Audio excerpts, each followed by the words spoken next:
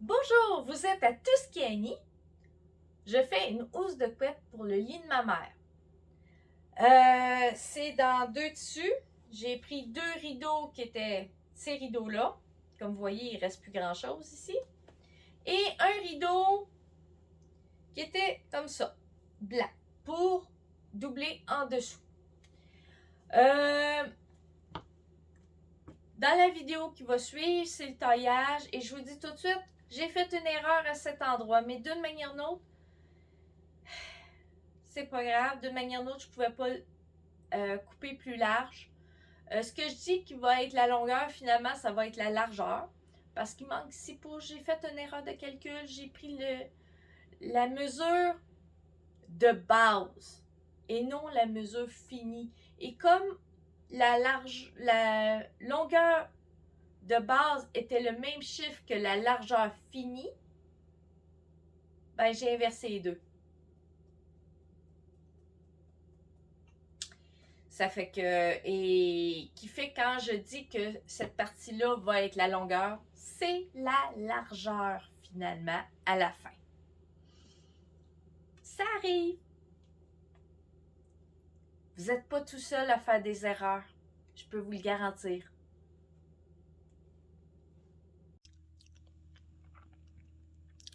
Avec les temps qu'à faire que ma mère vient de me rajouter, euh, disons que, puis les temps qu'à faire que moi j'ai rajouté au projet, bon ben, je pense qu'on va essayer de maximiser le tissu, ça fait qu'il faut découdre toutes les marges de couture. Pour l'ourlet, je gagne 2 pouces à peu près. Puis pour le contour, sur le côté, ben je gagne 1 pouce de chaque côté. Ça fait que 2 pouces de chaque côté, puis 2 pouces en longueur. Ça peut aider pour faire rentrer les morceaux que ma mère m'a demandé d'ajouter. Ça va finir par être juste le tissu. Mon tissu, une fois tout décousu, je l'ai bien étendu au grand complet. Je me suis rendu compte que les coins, ils avaient coupé les marges de couture. Il a fallu que je retaille un petit peu pour mettre ça droit. Mais j'ai enlevé à peu près un peu moins qu'un centimètre ou un quart de pouce, là, quelque chose de ce genre-là. J'ai pris ma mesure avec toutes les modifications que j'ai décidé de faire au moment que j'ai acheté le rideau et au moment présent. Il y a eu quelques modifications. Un rebord de 3 pouces qu'on rajoute, qui veut dire en hauteur c'est 6 pouces et en largeur ça donne 12 pouces. Ça fait que je tombe pas mal plus juste en hauteur que ce que je pensais au départ.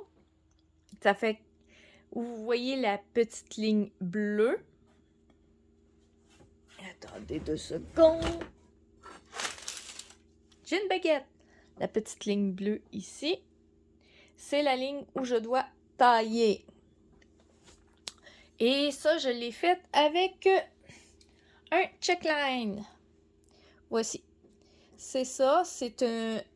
Je vais mettre de l'autre côté. Le checkline. Voici. Attends.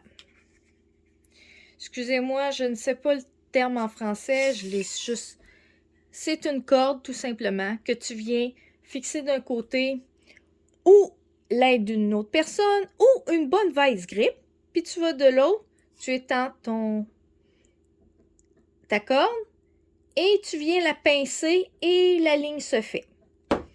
Je vais fort probable vous faire une miniature comment l'utiliser. Puis après, conseil, prenez-le en bleu.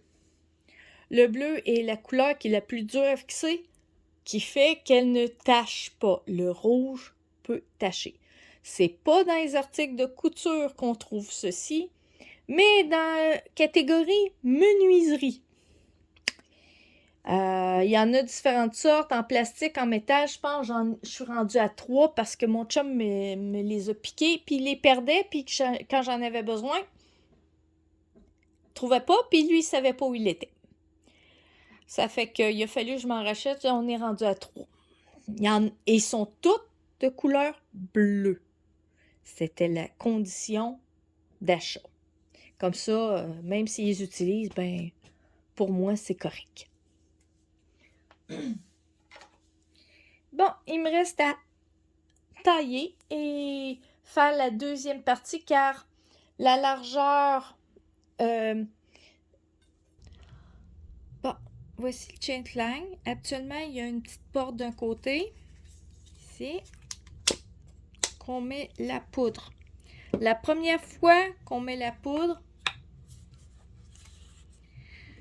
recommandation, sortez au moins la moitié du fil, mettez un peu de poudre, rentrez un peu de fil, mettez un peu de poudre, rentrez le fil jusqu'à la fin, puis petit peu par petit peu. Là, il était dû, ça fait...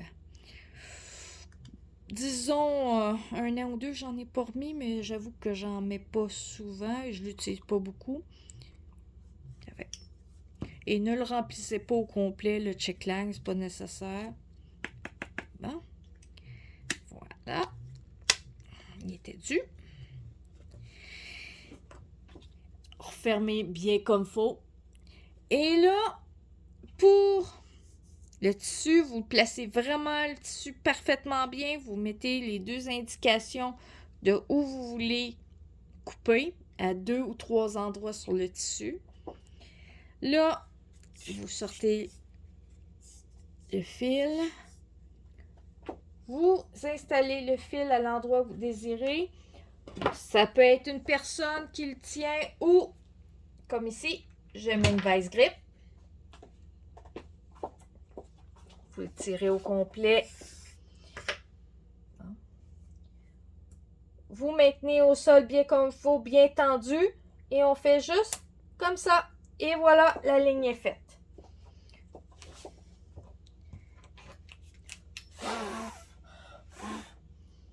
Et en soufflant, ce qui n'était pas sur la ligne s'en va. Et vous n'avez qu'à revisser. OK, c'est comme ça. Et voilà. On remet tout dedans et on le bloque. Et c'est comme ça qu'on se sert d'un checkline. Ça, c'est la longueur. Ça, c'est la largeur. Et la largeur, il en manque un peu. Il faudra que je rajoute une pièce de chaque côté. Ça fait qu'on continue. Je taille et je fais l'autre section. Ce que vous voyez présentement, c'est tout ce qui reste du tissu des 3 rideaux qui ont servi à la housse de couette. Il ne reste que ça. That's it. Le zip que j'ai posé, c'était pas un zip invisible, loin de là. C'est un grand, grand zip. Il y a juste que mon zip manquait un petit peu. De l'autre côté, il manque 2 pouces. Puis de ce côté-là, c'est à peu près 1, 2, 3 pouces. C'est à peu près 9 cm de ce côté-ci qui manque. Puis de l'autre côté, 6 cm. Là, je me suis dit, bah regarde, ça dérange pas trop qu'il soit pas jusqu'au bout, qu'il arrête là. Puis pour qu'il manque de l'autre côté à peu près ça, c'est pas trop grave. Mais il est bien recouvert, on le voit quasiment pas si on regarde. J'ai très bien fait la job. Je vous dis tout de suite, le tissu blanc, il était...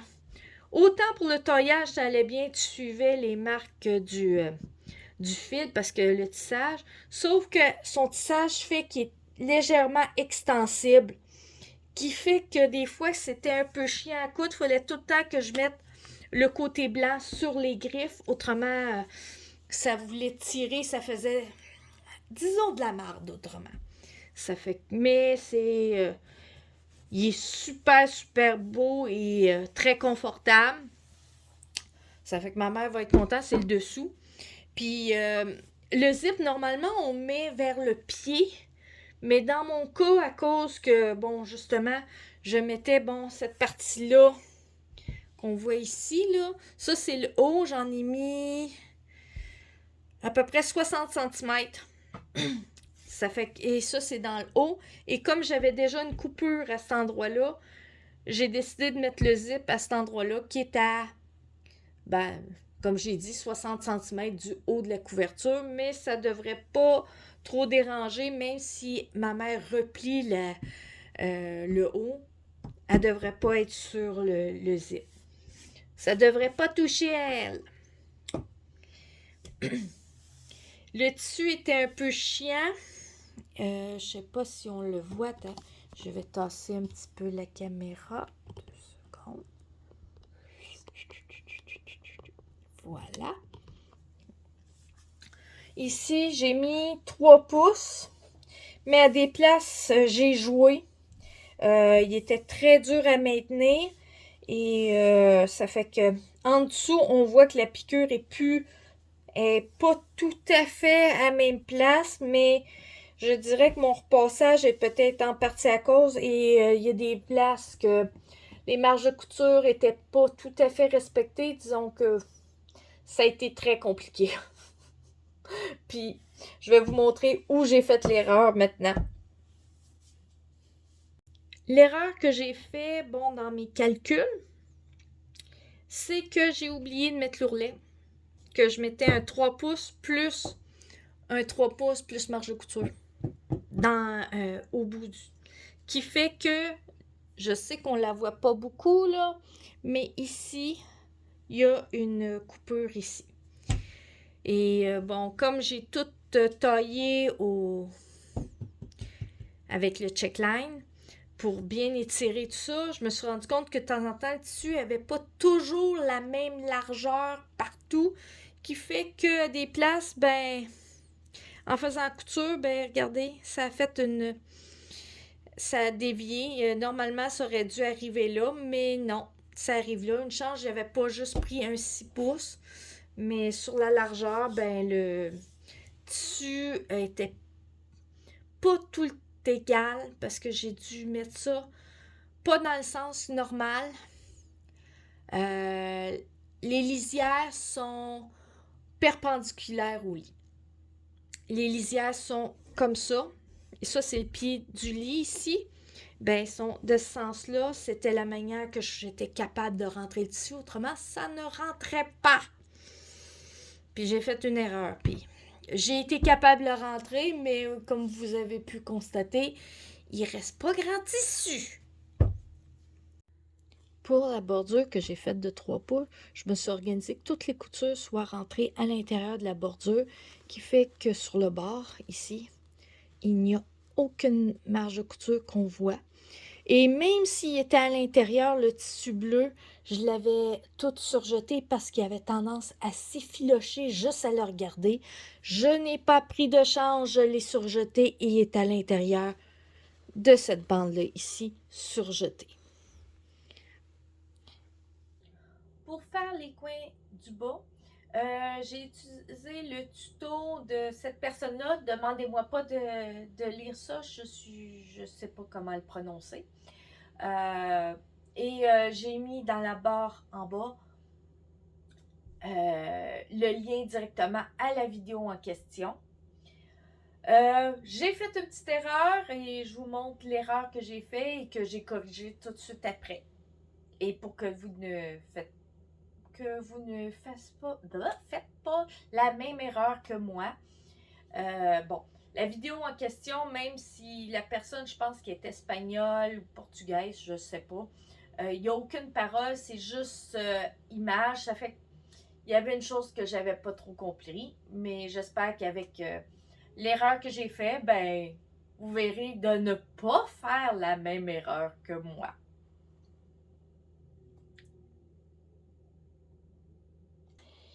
J'ai fait une petite erreur. J'ai cousu ici. Dans la vidéo, il disait 80. Ben, il n'y a pas de parole, c'est à 90, mais pas par rapport à la partie ouverte, à la partie pliure.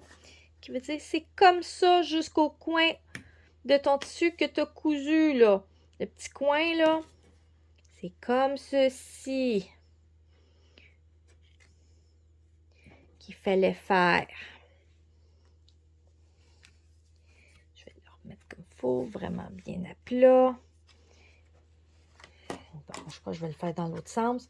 Il ne veut pas rester drette. Comme ceci.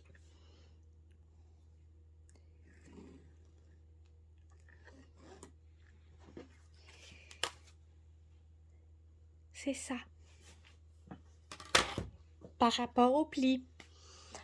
Je vais le savoir pour la prochaine fois. Voici le coin sur le dessus. Bon, on voit l'endroit où j'ai fait la petite erreur qui manquait 6 pouces. Mais et la piqûre ici. Sur le dessus, il est bien plat, bien droit. Et si on met de l'autre côté, voici ce que ça donne une fois bien fait. La couture est bien dans le billet et tout adonne parfaitement. Pour la couette, bon, j'ai oublié de montrer comment elle était avant, mais cette section-ci, il n'y avait plus de rembourrage. Ici, jusque-là, il n'y avait plus de rembourrage. L'usure interne, elle avait disparu. Ça fait que, comme ici, c'était déjà abîmé, j'ai ouvert par là et j'ai pris d'une autre couette que je veux scraper, qui était scrap en partie, mais que je veux récupérer une partie du tissu sur le dessus pour me faire une robe. Oui, une autre histoire de fou que je veux faire. Une autre. Ça fait que j'ai pris une partie de la rembourrure que j'ai rentrée à l'intérieur ici. Bon, sans compter, j'avais défait la piqûre ici. Après de l'avoir rentrée bien comme il faut installée, j'ai refermé, j'ai mis un zigzag et j'ai refait la surpiqûre ici qui vient maintenir la nouvelle bourrure que j'ai mis. Pour cette couette-là, que ma mère voulait absolument garder, ben le dessus et le dessous étaient en bon état et surtout que là, elle va être dans une housse de couette, ça fait que ça apparaîtra plus. Une réparation terminée! Une manière facile de rentrer une couette dans la housse de couette, je l'avais vu que c'était une personne qui était manchot qui le faisait, c'est que tu mets à l'envers la couette, zip, là, vous mettez par-dessus.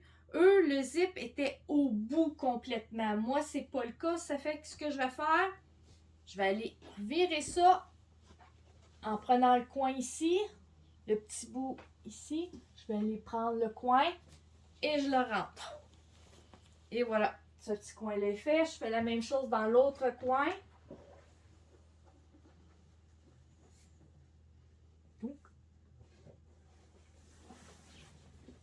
Et voilà, ce coin-là est fait. Et maintenant, je roule.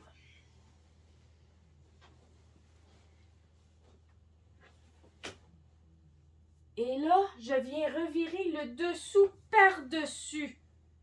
Ben, comme ceci. Que ça vienne par-dessus le rouleau. Comme ceci. Et là, je continue à rouler jusqu'à la fin. Je suis peut-être mal placée.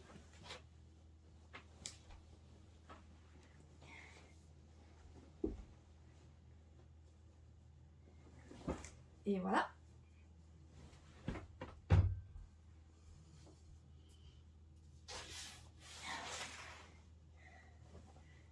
Je viens chercher le coin. Je vois plus bien ce que je fais. Bon, je viens chercher les deux coins. Ils sont ici.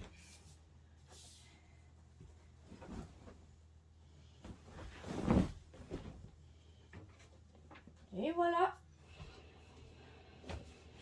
Le tour est joué. On déroule. Et c'est fini.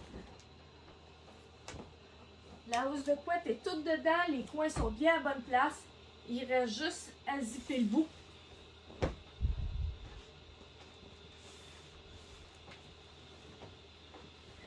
Comme ceci.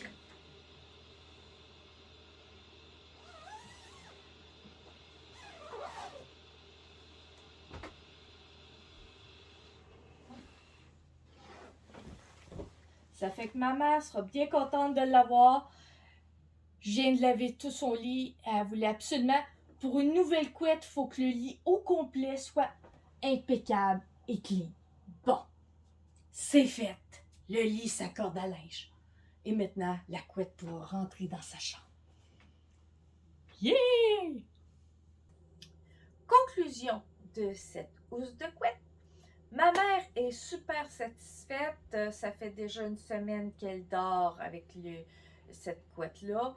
Elle l'aime bien gros. Sa chatte aussi l'aime bien gros. Mademoiselle Cachemire. Oui, et souvent je l'appelle plus Mademoiselle que Cachemire. Je ne sais même plus si elle sait que son nom c'est Cachemire. Tellement qu'on l'appelle Mademoiselle.